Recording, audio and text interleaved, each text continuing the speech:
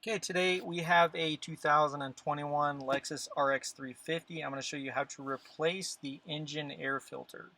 So the first thing you're going to do is unhook these metal clamps. There's two of them. So let's unhook those. Now we're going to pull this box out. You see those tabs come right out.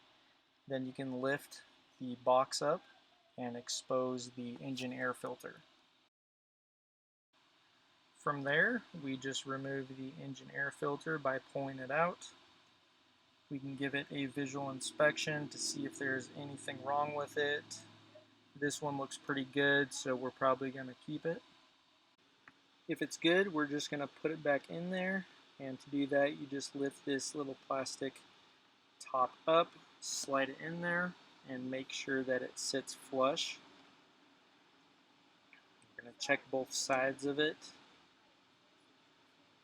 And once we get it in there, now we're just going to put the top back down. Make sure you get those two tabs in those holes so it sits flush. So we're going to put those in like that, and then put these two metal latches on, and after that you're good to go.